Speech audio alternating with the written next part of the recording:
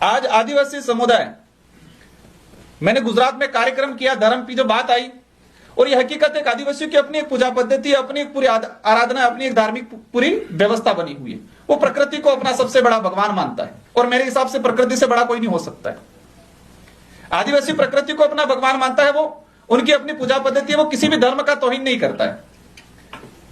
लेकिन हर इलाके में कन्वर्ट हुआ, मतलब मैं कई बार कहता हूं कि आदिवासियों का धर्म परिवर्तन नहीं, धर्म ग्रहण हुआ, क्योंकि उनका कोई धर्म नहीं था, प्रकृति उनका भगवान था, वही धर्म था उनका।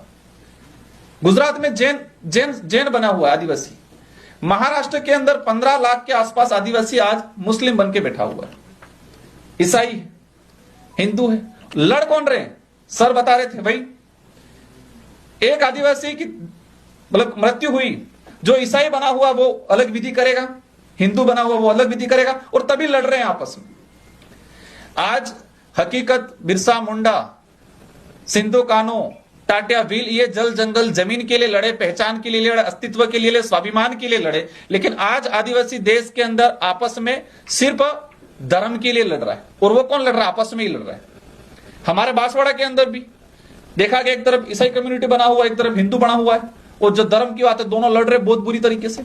मणिपुर की जो घटना है बहुत भयंकर घटना है, मतलब धर्म के नाम से इतना जहर घोल रखा है कि भाई भाई को मार रहा है, और वो बुरी तरह से मार रहा है। और ये चीजें पूरे देश में होने वाली आने वाले समय में, अगर पढ़े लिखे युवाओं ने, अपन ने, सबने ध्यान नहीं दिया तो देश में बहुत भयंकर, बहन बेटियों के लिए नहीं लड़ेंगे, जमीन के लिए नहीं लड़ेंगे, अधिकारों के लिए नहीं लड़ेंगे, लेकिन धर्म का इतना जहर घोला जा रहा है हर तरफ से। मैं किसी एक धर्म को दोष नहीं दे रहा हूं, कहीं ना कहीं सबकी जिम्मेदारी है, सब जिम्मेदार हैं, और स्थिति इतनी भयंकर बनी हुई। मैं भी कई बार पोस्ट डालता हूं सोशल मीडिया पे, कहते हैं आप तो हिंदू विरोधी हो, फिर कई बार हम कहते हैं आदिवासी ना हिंदू है ना ईसाई है, कुछ कहते हैं आप ईसाई विरोधी हो। हम किसी के विरोधी नहीं है। आदिवासियों ने अपनी पहचान, क्योंकि उनको क्या लगा कि पिछड़ा हुआ है, हमने भी गलत किया है। आदिवासी समुदाय से आने वाले पढ़े लिखे लोगों ने भी गलत किया। हम पढ़ लिख गए, हम हिंदी बोल गए, गांव का आदमी लोकल भाषा बोल रहा है तो उसको हमने अनपढ़ गवार मान लिया।